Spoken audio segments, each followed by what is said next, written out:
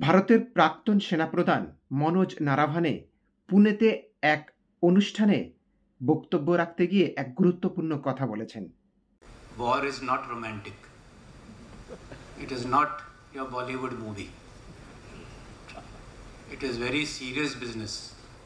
এবং এই কথা সারা ভারতবর্ষে চর্চার বিষয় হয়ে উঠেছে।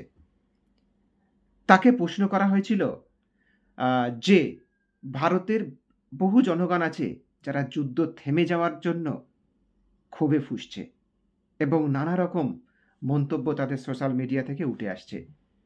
তাদের উদ্দেশ্যে নারাভানে বলেছেন যে যুদ্ধ কোনো রোমান্টিক বিষয় নয় এবং এটা বলিউডি সিনেমা নয়। যদি তাকে যুদ্ধে যেতে হয় তো যাবেন, অবশ্যই যাবেন। একজন সেনাপ্রধান হিসেবে তার শেষ চয়েস হবে যুদ্ধে যাওয়া। But as a military man,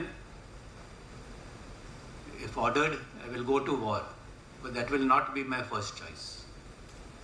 My first choice will always be diplomacy.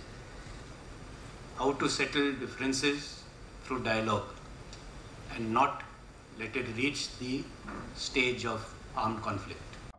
কিন্তু তার প্রথম পছন্দ হচ্ছে কূটনীতির মাধ্যমে সমস্যার সমাধান করা। এই বক্তব্য তোলপাড় ফেলে দিয়েছে। যদিও তিনি বলেছেন যে যুদ্ধ একমাত্র অবস্থা হচ্ছে যখন দেওয়ালে পিঠ ঠেকে যাবে এবং যখন আর কোনো উপায় থাকবে না, তখনই যুদ্ধ ঠিক আছে। কিন্তু যুদ্ধ কোনো রোমান্টিক বিষয় নয়। যারা ঘরে বসে বসে ভাবছেন যে যুদ্ধ একটা বলিউডি সিনেমার মতন, বলিউড সিনেমায় যেমন দেখায় সব কিছু একেবারে এন্ডে জয়ই জয়, উল্লাসই উল্লাস, সেটা কিন্তু নয়। Although wars will be forced upon us by unwise people, but war should not be what you cheer for. Again, people are asking that why did we not go for all-out war? যুদ্ধ মানেই হচ্ছে ধ্বংস। যুদ্ধ একটা জাতির উপর বিভীষিকা নিয়ে আসে। নারাভানে বলেছেন, প্রাক্তন সেনাপ্রধান, যে সীমান্তবর্তী অঞ্চলে যারা এটাকে সবচেয়ে বেশি ফেস করে তারাই জানে যুদ্ধ কতটা ভয়ঙ্কর। তাদের আত্মীয় স্বজন যে শহীদ হয়, তাদের আত্মীয় স্বজন হারানোর শোক কয়েক দশক পর্যন্ত তাদেরকে বহন করতে হয়, সেই বোঝা, সেই শোক। অর্থাৎ তারা একটা স্ট্রমার মধ্যে দিয়ে চলে কয়েক বছর ধরে। আতঙ্কটা থেকেই যায়। যুদ্ধের বীভৎসতা, যুদ্ধের আতঙ্ক যেসব পরিবারের উপরে এসে পড়ে, আছড়ে পড়ে, সেই সব পরিবার তার থেকে বেরোতে পারে না। জীবনের কোনো না কোনো সময় তারা ঘামতে থাকে এই কথা যখন তাদের মনে ফুটে ওঠে। সুতরাং যুদ্ধ কোনো রোমান্টিক বিষয় নয়। প্রাক্তন সেনাপ্রধান বলেছেন যে নিজের পরিবারে হোক, পাড়ায় মহল্লায় হোক, বা বিভিন্ন রাজ্যের মধ্যে হোক, বা বিভিন্ন সম্প্রদায়ের মধ্যে হোক, যদি কোনো মতভেদ থাকে বা মতভেদ তৈরি হয়, তা সেটা আলোচনার মাধ্যমে সমাধান করা উচিত, কূটনীতির মাধ্যমে সমাধান করা উচিত।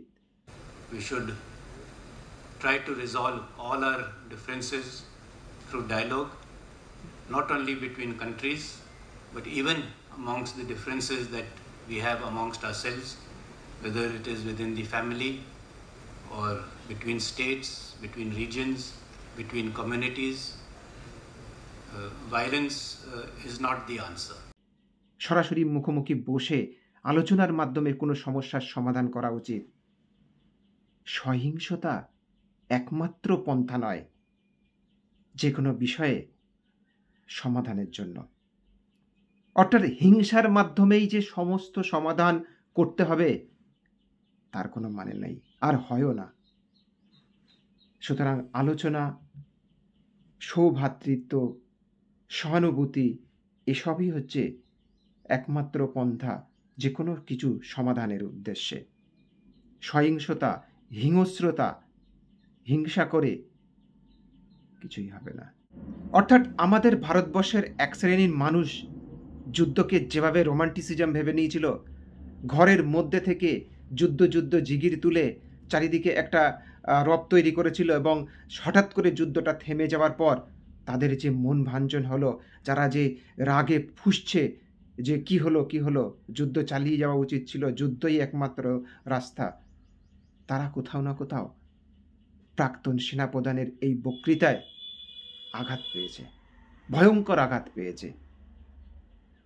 হ্যাঁ, পাকিস্তান যে কাজটা করেছে সেটা খুবই নিন্দনীয়, খুবই বাজে।